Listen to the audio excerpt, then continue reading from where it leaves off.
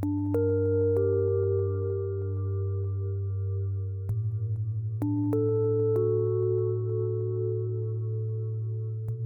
theaters May 21st, 2004. Wow. Alright, hey guys, what's up? Welcome back to my channel. Today Sonny and I are inside of an abandoned movie theater that shut down in 2005. So the super kind of dated vintage vibes in here. Really like how they kind of decorated this place in a really retro way. And it's also really exciting too because this is my first ever abandoned movie theater that I've gotten to explore.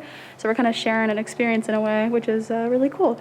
But I'm excited to take you guys around, and that's what we're gonna do. So let's go around and see what we can find. So we're starting off right here in this main kind of like lobby area with the kind of like concession stand area, very central to everything here. And it's really cool how they decorate this. I really like all the little like bubble almost like details up in this look here. It's just really, I don't know, adds to that kind of like little retro feel they're probably going for.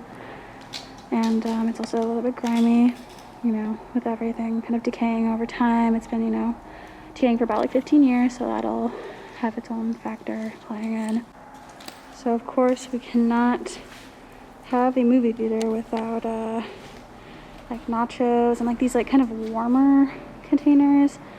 You know, they already have the hot food ready to go, you know, warm up right here, and then whenever someone wanted something, they got it right out of here.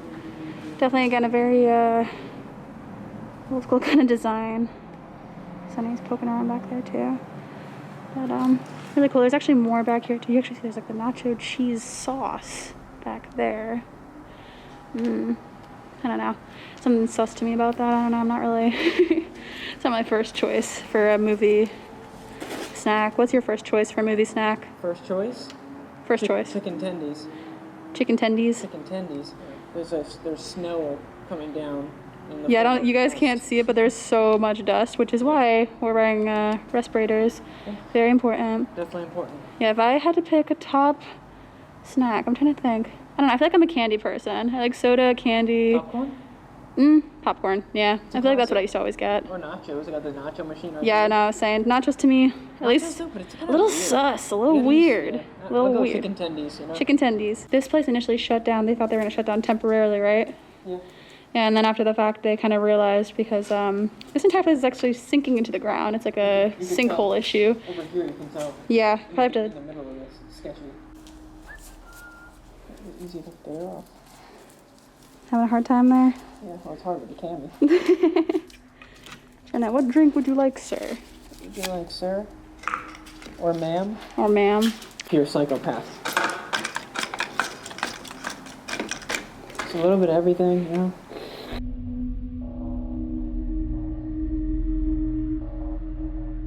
And this is another thing I thought was super cool that this is left here. And it kind of shows the, again, like how dated this place kind of is for the time of being in the early 2000s. That they have these paper printouts of the features and like the times, all of the different theaters. So you can see like Hitchhiker's Guide would be maybe at theater 6 at 10 o'clock. I think theater 5. Or actually, I don't know, show 5. Maybe this is not even the different theater numbers. I was mixing them up. Maybe this is just for like the amount numbers of shows in the day. I don't know. Maybe I'm mixing them up, but still, I think it's cool to see this. And again, it's very nostalgic because, you know, not everything was always digitalized. Or not everything always like up on a screen. There was stuff like this, and I'm sure for a lot of people, this is super nostalgic to see. This one's pretty cool too. This is also something that they'd have to probably show all the patrons who are coming in, all the different prices for like adult, child, versus like a matinee show, versus I don't even know what all these things stand for. Yeah, I don't know, I don't feel like there's that many differences in prices now. And of course, we can't forget the patron incidents, because, you know, if there's a Karen in the movie theater, we gotta document that. In all reality, I have no idea what kind of major incidents could possibly happen in a movie theater, but I'm sure if there's a way to injure yourself or do something, I'm sure someone figured it out and they managed to do it. So I guess this is where they would document all those things and figure out all those kind of details. I may be mistaken, so bear with me, but I believe this was a ticket dispenser. And all these different buttons you can hit, and you know, the old school tickets would pop out because, again, things were different back in the day, and you had very different looking tickets compared to what we have today. And these giant sections right here, I'm assuming, are where all the kind of like promotional posters and things like that for the movies would be. I'm sure you'd come up here and you'd see some cool, like, I don't know, action movie, or maybe like the new like horror film that just came out, and like, you know, maybe some of these were like, you know, had like the light panel, so they really were like, you know, really standing out. Again, a very like nostalgic feel that, you know, movie theaters have, and I feel like it's so weird. I'm acting like I haven't been in a movie theater in forever, but in reality, it feels like it's been a hot minute, you know, with the pandemic, so it does feel kind of like a distant memory in a way.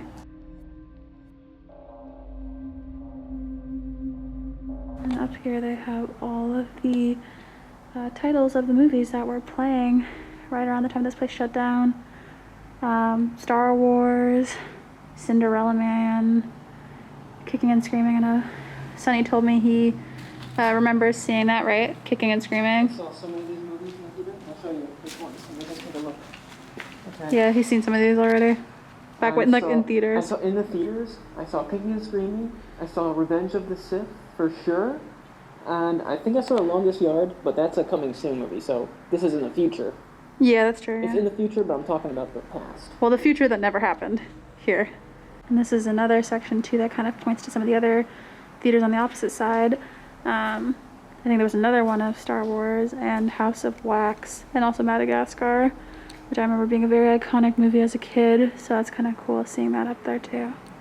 So this is the hall that takes us down to all of the theaters. So I think we're gonna go ahead and scope out this one and see Mindhunters. I've never heard of this movie. Maybe it just wasn't that popular. I mean, granted, I was also like 8, so I don't know if it was my type of movie, but let's go ahead into the theater and check it out. I guess we still got ushers up in this place. Wait, I'm gonna help you find your seat so you don't fall. So I don't fall in the bando gunk. Come on in. Lead the way, sir.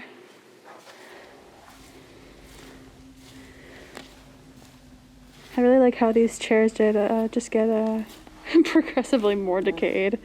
Look at these ones over here. Yeah, these are Grammys. Yeah, the wood is all rotting out. We gotta So walk cool. more slowly here so we don't slip. You slipped almost. Oh yeah. Would have almost busted your butt. Mm-hmm. But yeah, guys, look at this gnarly. And it's crazy. There's the screen up there. Here's some extra lights because it is so dark in here. It is like pitch black. Don't know why someone cut the screen, but I think the company who owns this place, they do that and ruin the screen so people don't come in here and try to take them. yeah, that's a good point, I guess. But yeah, really grimy, really gunky. Weird to imagine this place once being like in tip-top shape once you see it like this, because you just can't imagine it any other way. It's so weird. Just so gunky, but I love it. Gunky. Gunky. Gunky. Gunky skunky.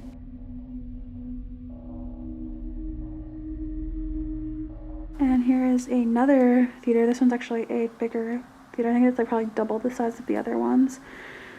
Which makes sense because it's Star Wars and they probably have designated larger theaters for those more popular movies coming out. So now we're gonna hop inside this one and scope it out. So here's that larger theater where they'd be playing, I guess, Star Wars if we were back in 2005. Like I said before, I think it makes sense because it probably draws a larger audience, so you want more seating available for people because you gotta make that money. I have all the letters and numbers and everything. Hello. Sonny's being hella goofy today. Mr. Goofy Man. But yeah, you can see they had like a little organizing section here where they put them all. Yeah, if you wanted to change the title of the movie, because of course, you know, everything gets changed out and new features, so you gotta change out the names for the titles on the section above each theater. I saw Sonny pointing this out and I thought this was cool. It's like an old popcorn bucket, and I think it has Shrek 2 in theaters May 21st, 2004. Wow, that is like my childhood right there. Alright guys, so right now we have kind of seen a good amount of the movie theaters. There's more, but it's kind of a lot of the same thing. We're now kind of trying to give you the behind the scenes look that you never really get at the movie theater. Yes. private. We're opening the door. Don't worry, I know the manager. He knows the manager. I'm good friends. I spend a lot of money here. But, yeah, we're gonna go look. Well, first of all, I'm gonna try not to get tangled. I almost got, actually, no, I did get tangled. Sorry, I did a loop-de-loop here. Boom. We're gonna look for the projectors. So let's go see what's on up here. So now that we're upstairs, I feel like there's a lot of kind of like more like employee-oriented material. So things like kind of like, I guess, training the employees on how to interact with customers, kind of get them to upsell drinks or snacks, get good customer service, you know, represent the company well, things like that.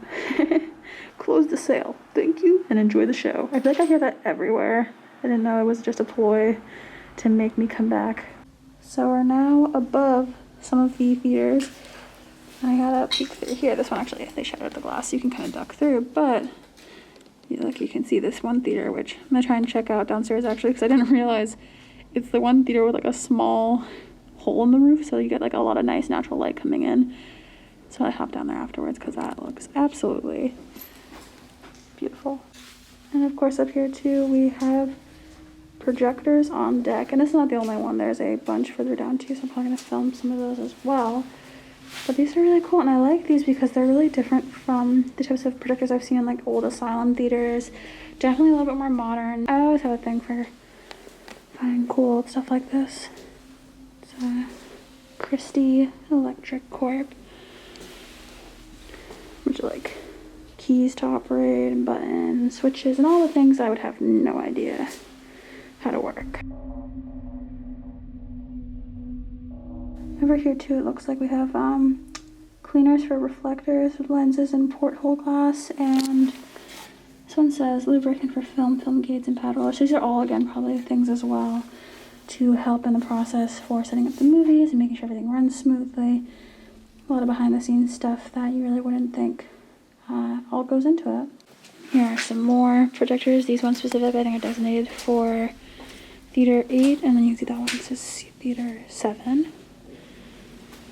You can see the internal mechanism of it all here, which is really cool. Okay guys, so we just made our way back down those stairs from the projector area, and we want to check out that theater that looks like it's really lit up, like there's a lot of natural light. It's really cool actually to see this. It definitely looks different than the other ones. I mean, at least for photography's sake and for filming's sake, it's way easier to see. Really nice lighting. Definitely really cool. But yeah, here you go. Another theater, sadly another screen also destroyed, but I think they probably just did that intentionally, unfortunately. But yeah, very apocalyptic zombie vibes out here. Okay guys, I think we have a general consensus that, you know, we've had a solid explore, but I think it's definitely time to head out. Yeah. Do you agree? Yes. Definitely time to get out of here. This place is super decaying, super moldy, super dusty, so we've been wearing these respirators for we've been in here for 3 hours, you know. Yep. So. And we also came here, this is actually our first time pre-dawning a location, meaning we literally left the house at 3:30 in the morning, got in here and it was still pitch black. We're in here for about an hour before it even got bright out, so we are ready for breakfast actually. Oh, yeah, so definitely. I need some definitely. breakfast. Maybe some McDonald's maybe. But alright guys, yeah, we're gonna head on out, and hope you enjoyed this location. Alright guys, that's going to be it for today's video. I hope you enjoyed walking through this abandoned movie theater with Sonny and I. If you did enjoy this video, don't forget to comment, like, and subscribe, and of course, like always, I'll catch ya in the next one.